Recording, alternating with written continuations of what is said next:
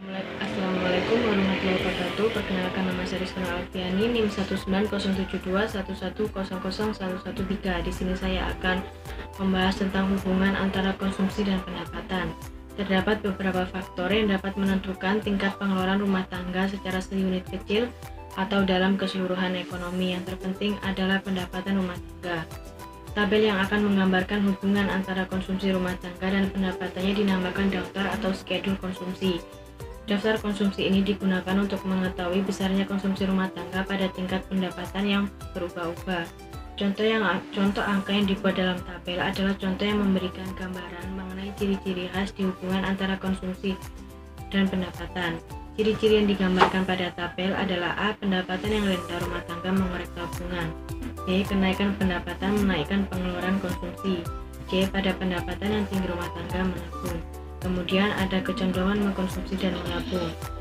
Pengertian kecenderungan mengkonsumsi terbagi menjadi dua, yaitu kecenderungan mengkonsumsi marginal dan rata-rata. Pengertian kecenderungan mengkonsumsi marginal dijelaskan perbandingan antara pertambahan konsumsi yang dilakukan dengan pertumbuhan pendapatan disposable yang diperoleh. Kemudian pengertian kecenderungan mengkonsumsi rata-rata adalah perbandingan di antara tingkat konsumsi dan tingkat pendapatan disposable ketika konsumsi tersebut dilakukan. Kemudian pengertian kecenderungan menabung itu juga terbagi menjadi dua, yaitu kecenderungan menabung marginal dan kecenderungan menabung rata-rata. Pengertian kecenderungan menabung marginal adalah perbandingan di antara pertambahan tabungan dengan pertambahan pendapatan disposable. Kemudian pengertian kecenderungan menabung rata-rata adalah perbandingan di antara hubungan dengan pendapatan disposable. Nama saya Karina Vivi Damayanti, NIM 1907211000139. Di sini saya sebagai pemateri kedua yang akan menjelaskan tentang fungsi konsumsi dan fungsi tabungan. Dalam makroekonomi, yang lebih penting bukanlah melihat konsumsi dan tabungan sesuai rumah tangga, tetapi melihat kepada konsumsi dan tabungan semua rumah tangga dalam perekonomian. Pengeluaran konsumsi dari semua rumah tangga dalam perekonomian dinamakan konsumsi agregat dan tabungan semua rumah tangga dalam perekonomian. Dalam melakukan konsumsi dan tabungan, makroekonomi menghubungkan kedua variabel dengan pendapatan nasional.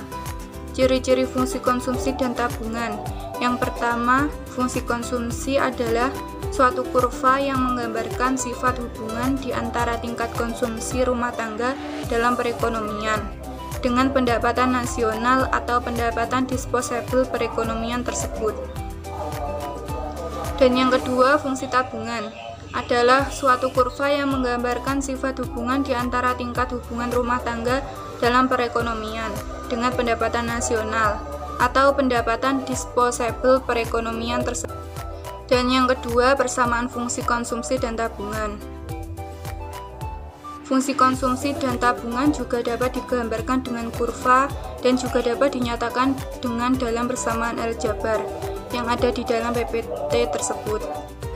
Persamaan aljabar untuk fungsi konsumsi dan tabungan adalah yang dinyatakan dalam persamaan yang dinyatakan yang pertama fungsi konsumsi C sama dengan A plus BY, dan yang kedua fungsi tabungan ialah S sama dengan min A plus 1 min B Y, di mana A adalah konsumsi rumah tangga pada ketika pendapatan nasional adalah 0, B adalah kecondongan konsumsi marginal, C adalah tingkat konsumsi, dan Y adalah tingkat pendapatan nasional.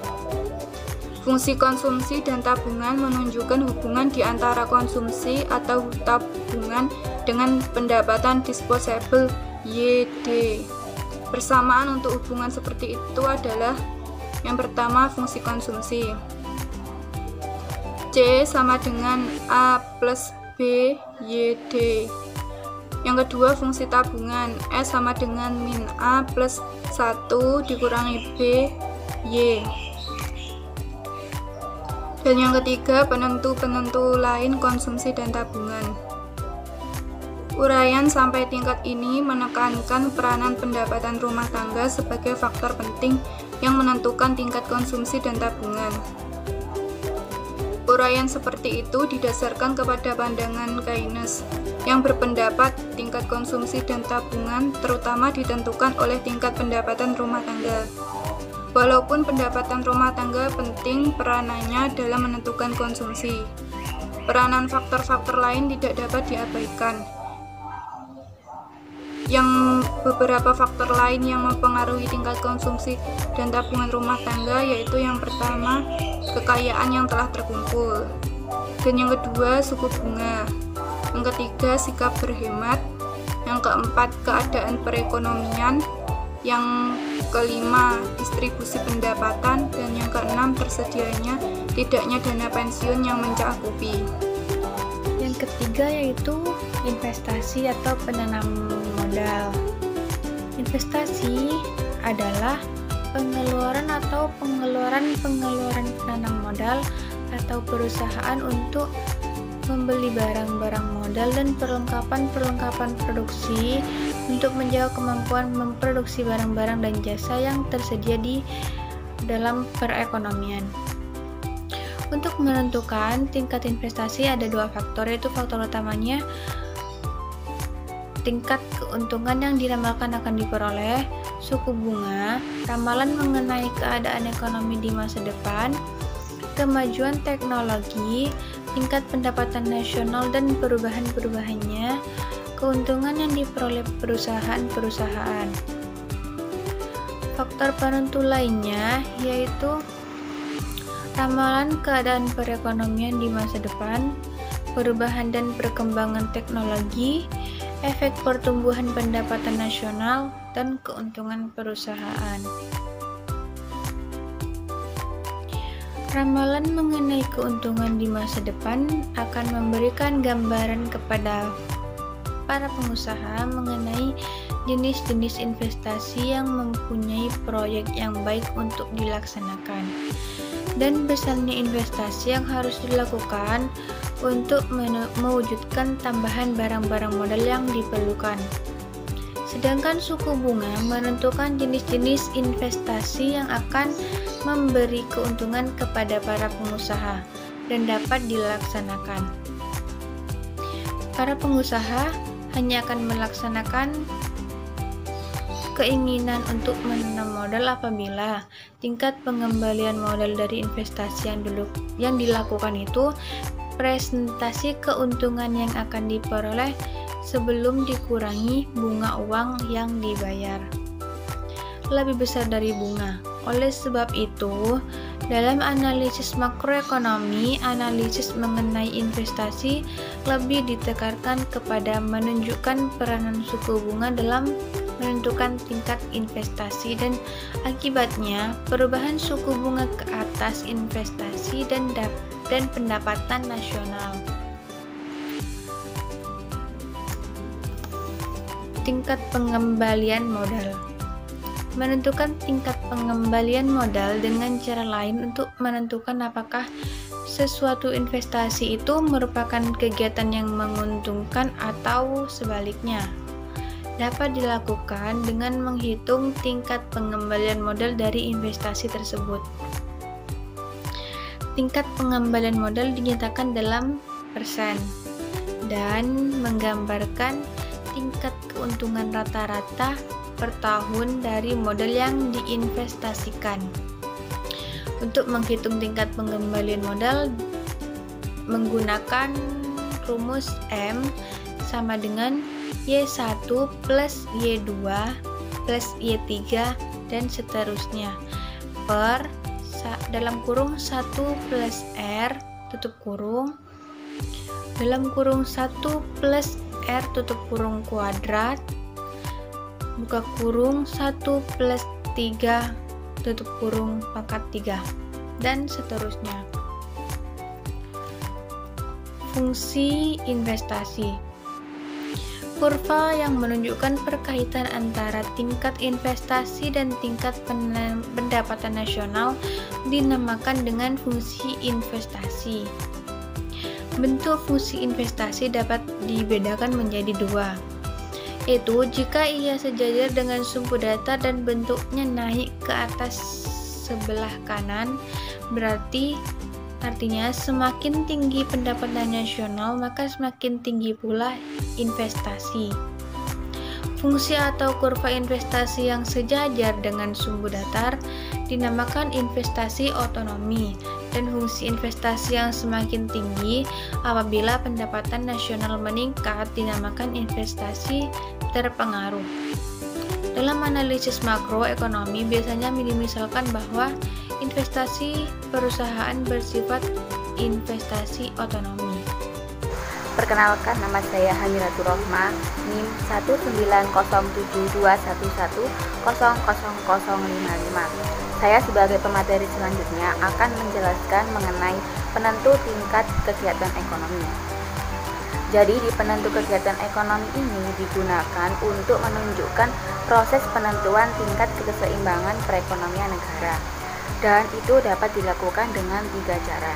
Yang pertama yaitu menggunakan angka yang membandingkan dengan pendapatan nasional dan pengeluaran agregat.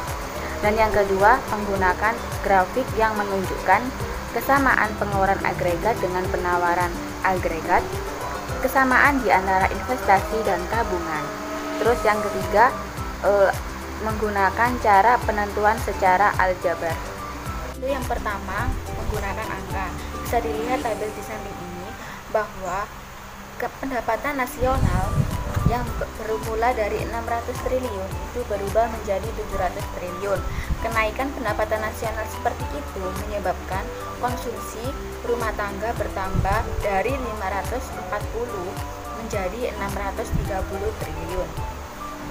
Dan tabungan yang dari 60 triliun berubah menjadi 90 triliun.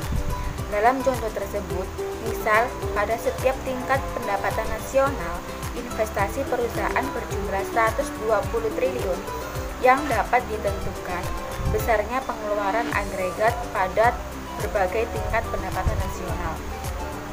Sektor perusahaan memproduksi barang-barang dengan tujuan untuk memperoleh untung dari penjualnya. Dalam tabel tersebut bisa dilihat bahwa pendapatan nasional lebih rendah 840 triliun, maka pengeluaran agregat itu lebih besar daripada pendapatan nasional. Keadaan ini mendorong para pengusaha untuk menambah produksi mereka. Dan sebaliknya, pada waktu pendapatan nasional itu lebih besar, yaitu 80 triliun, pengeluaran agregat itu lebih kecil daripada pendapatan nasional. Ini berarti banyak barang-barang yang diproduksi oleh perusahaan itu tidak terjual. Keadaan ini akan mendorong perusahaan untuk mengurangi kegiatan mereka, dan sebagai akibatnya kegiatan ekonomi di perusahaan tersebut itu akan menurun. Dan pada tingkat pendapatan nasional, pengeluaran agregat juga berjumlah 840 triliun. Dalam keadaan seperti ini, para produsen tidak akan terdorong untuk menambah atau mengurangi tingkat produksinya. Maka keseimbangan keseimbangan perekonomian negara itu telah tercapai. Karena sudah sama-sama seimbang, jadi dari pihak perusahaan itu tidak perlu menambah atau mengurangi tingkat produksinya. Dan dapat disimpulkan bahwa Y sama dengan C ditambah I, yaitu jumlah pendapatan nasional sama dengan konsumsi ditambah investasi. Dan dapat disimpulkan kembali I sama dengan S, yaitu dimana I yaitu investasi sama dengan jumlah S yaitu tabungan. Selanjutnya yaitu menggunakan grafik. Menggunakan grafik dapat kita lihat pada grafik di samping ini bahwa garis Y adalah AE adalah garis yang membentuk sudut 45 derajat dengan sumbu datar. Setiap titik dalam garis ini menunjukkan keadaan di mana pendapatan nasional sama dengan pengeluaran agregat. Berarti garis tersebut menunjukkan tingkat keseimbangan perekonomian tercapai. Dari grafik di atas, fungsi C plus I itu memotong garis Y dan AE kan di titik E. Dengan demikian, titik E itu menunjukkan kedudukan di mana tingkat keseimbangan perekonomian itu sudah tercapai. yaitu sebesar 840 triliun. Dan jika melalui pendekatan suntikan dan bocoran, itu dapat dilihat di grafik di samping bahwa menunjukkan fungsi tabungan rumah tangga dan fungsi investasi para pengusaha. Nilai investasi dan tabungan ditunjukkan pada sumbu tegak dan pendapatan nasional itu ditunjukkan pada sumbu datar. Dan di mana tingkat keseimbangan perekonomian ini tercapai dapat ditentukan oleh titik perpotongan fungsi S dan fungsi I, yaitu pada titik E. Jika di sebelah kiri titik E, maka investasi adalah lebih besar daripada tabungan. Sedangkan jika di sebelah kanan titik E, maka tabungan itu lebih besar daripada investasi. Pada titik E, tabungan sama investasi itu merupakan kesamaan yang menyebabkan pengusaha tidak akan menambah atau mengurangi produksi mereka, dan ini menunjukkan bahwa keseimbangan perekonomian itu sudah tercapai. Selanjutnya yaitu menggunakan pendekatan aljabar. Di pendekatan aljabar ini kita bisa menggunakan dengan dua persamaan. Yang pertama yaitu dengan menggunakan persamaan Y sama dengan C plus I, dan yang kedua menggunakan persamaan S sama dengan I. Dan kita bahas untuk yang pertama terlebih dahulu. Untuk menggunakan persamaan Y sama dengan C plus I itu dapat kita ketahui bahwa rumus dari fungsi konsumsi ialah C sama dengan A sama dengan BY. Dan dapat diketahui bahwa fungsi konsumsi rumah tangga diketahui C sama dengan 90 plus 0,75Y. Dan sedangkan fungsi investasi adalah I sama dengan 120. Dan di mana yang A ini diibaratkan 90 ini diibaratkan menjadi A dan 0,75 ini diibaratkan menjadi Y. Dan kita masukkan ke dalam rumusnya bahwa Y sama dengan C plus I. Itu Y sama dengan 90 plus 0,75Y 90 plus 0,75Y itu diperoleh dari A tadi kan 90, berarti 90 dimasukkan, terus ditambah 0,75Y. 0,75Y itu tadi kan diibaratkan menjadi B, berarti dimasukkan dan ditambahi Y, terus ditambahi 120 itu dari I tadi itu dimasukkan, terus diperoleh Y min 0,75Y. 0,75 nya itu tadi pindah ruas jadi negatif, sama dengan 90 ditambah 120 itu hasilnya 210. Dan 0,25Y itu sama dengan 210. 0,25Y itu dari mana? Dari Y dikurangi 0,75. Y itu tadi kan diibaratkan menjadi 1. Berarti 1 dikurangi 0,75Y dan mendapatkan hasil 0,25Y. Dan untuk Y sama dengan 210 dibagi 0,25. 0,25 nya itu pindah ruas ke kanan, jadinya itu kan perkalian, terus pindah ruas jadi dibagi, terus sama dengan Y sama dengan 840. Dan selanjutnya yaitu menggunakan persamaan S sama dengan I, di mana fungsi tabungan ialah S sama dengan min A plus dalam kurung 1 min B Y. Itu diperoleh bahwa tadi kan S sama dengan I. Lah S nya itu tadi dimasukkan min 90 plus 0,25Y. Itu dari mana? Dari tadi kan A nya kan 90, dan di sini kan ditambah min, berarti min 90 plus 0,25. 0,25 dari mana? Dari 1 dikurangi B. B nya tadi kan 0,75, terus 1 dikurangi 0,75 jadi 0,25Y, terus sama dengan I nya dimasukkan, I nya tadi kan 120. Terus selanjutnya 0,25Y sama dengan 120 ditambah 90. Ini dari mana? 120 nya itu turun ke bawah, terus 90 ini kan pindah ruas, awalnya itu negatif dan pindah ruas jadi positif.